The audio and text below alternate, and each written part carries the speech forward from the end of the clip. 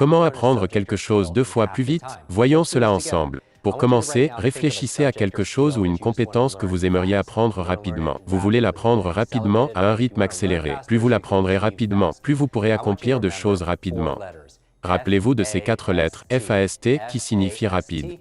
Le F est pour oublier. Vous vous demandez, Jim, tu es un expert de la mémoire. Tu es un coach de célébrité et de PDG. Pourquoi commences-tu par « il faut oublier » ? Vous devez oublier ce que vous savez déjà sur le sujet, ce qui vous permettra d'apprendre quelque chose de nouveau. Beaucoup de gens n'apprennent pas plus vite car ils sentent que la coupe est pleine et qu'ils connaissent déjà le sujet. Rappelez-vous donc de toujours commencer avec l'esprit d'un débutant.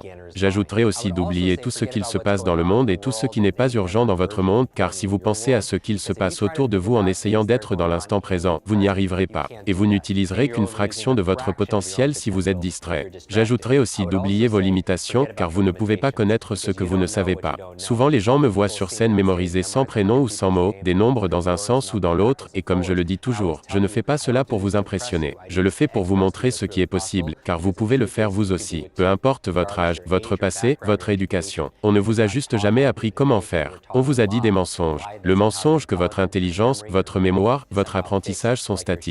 Mais nous savons maintenant que vos capacités d'apprentissage sont vraiment illimitées. Alors, mettez vos limitations de côté et oubliez-les. Le A d'en face est pour actif, si vous vous sentez surchargé avec trop de choses à apprendre en trop peu de temps. Du genre, vous avez des livres sur vos étagères que vous n'avez pas encore lus, vous recevez plus de 10 emails par jour, vous écoutez des podcasts, il y a tellement d'informations autour de nous. Mais si vous vous sentez stressé, que vous allez abandonner, c'est dû au fait que nous avons grandi avec une éducation du XXe siècle qui nous a préparés pour ce vieux monde qui au début du siècle, signifiait travailler dans des usines ou des fermes. Mais aujourd'hui, nous vivons à l'ère des voitures électriques autonomes et des vaisseaux spatiaux vont sur Mars, mais notre choix de véhicule quand vient le temps d'apprendre, s'apparente à un cheval qui tire une charrette. Et le plus dur, c'est que nos écoles nous ont habitués à rester passifs. Rester assis, seul, écouter le cours, juste à consommer de l'information, mais votre cerveau n'apprend pas en consommant, il apprend en créant.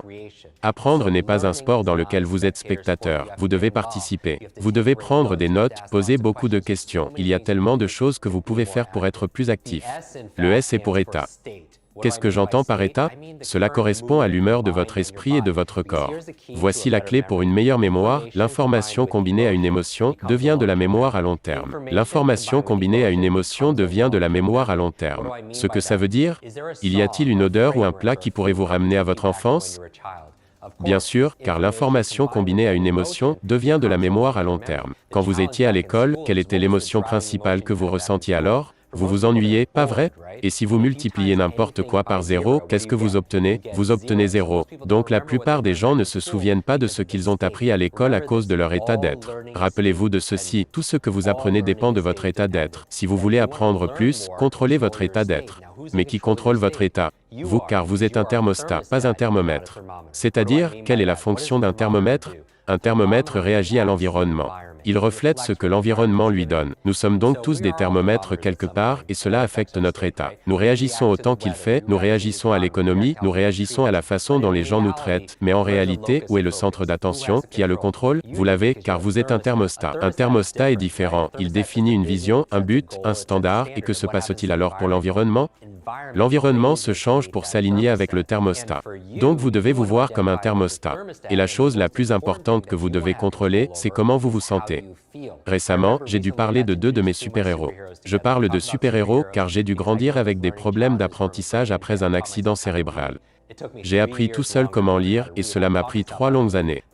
J'ai appris à lire en lisant des bandes dessinées jour et nuit. Ces histoires de super-héros m'ont vraiment aidé à apprendre.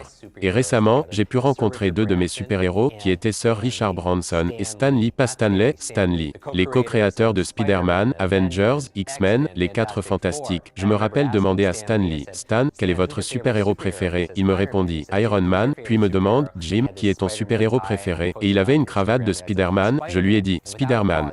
Il me dit alors, un grand pouvoir implique de grandes responsabilités, ça vous dit quelque chose, pas vrai? Et je lui dis, Stan, vous avez raison.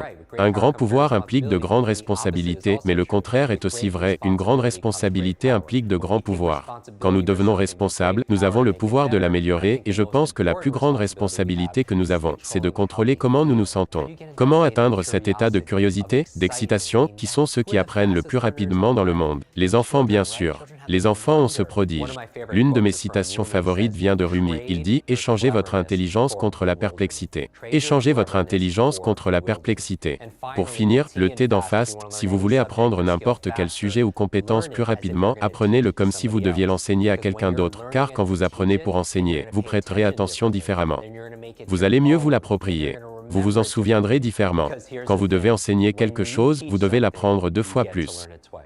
Salut, mon nom est Jim Quick, et en grandissant je fus surnommé le garçon au cerveau brisé. Avec toutes ces infirmités et difficultés d'apprentissage, je suis parti de cela pour devenir le meilleur coach de mémoire et d'apprentissage du monde pour les meilleures universités, PDG et célébrités. Ces 25 dernières années, j'ai développé toutes ces stratégies et techniques pour vous aider à révéler le pouvoir de votre cerveau. J'aimerais partager toutes ces techniques et méthodes avec vous. J'espère que vous apprécierez.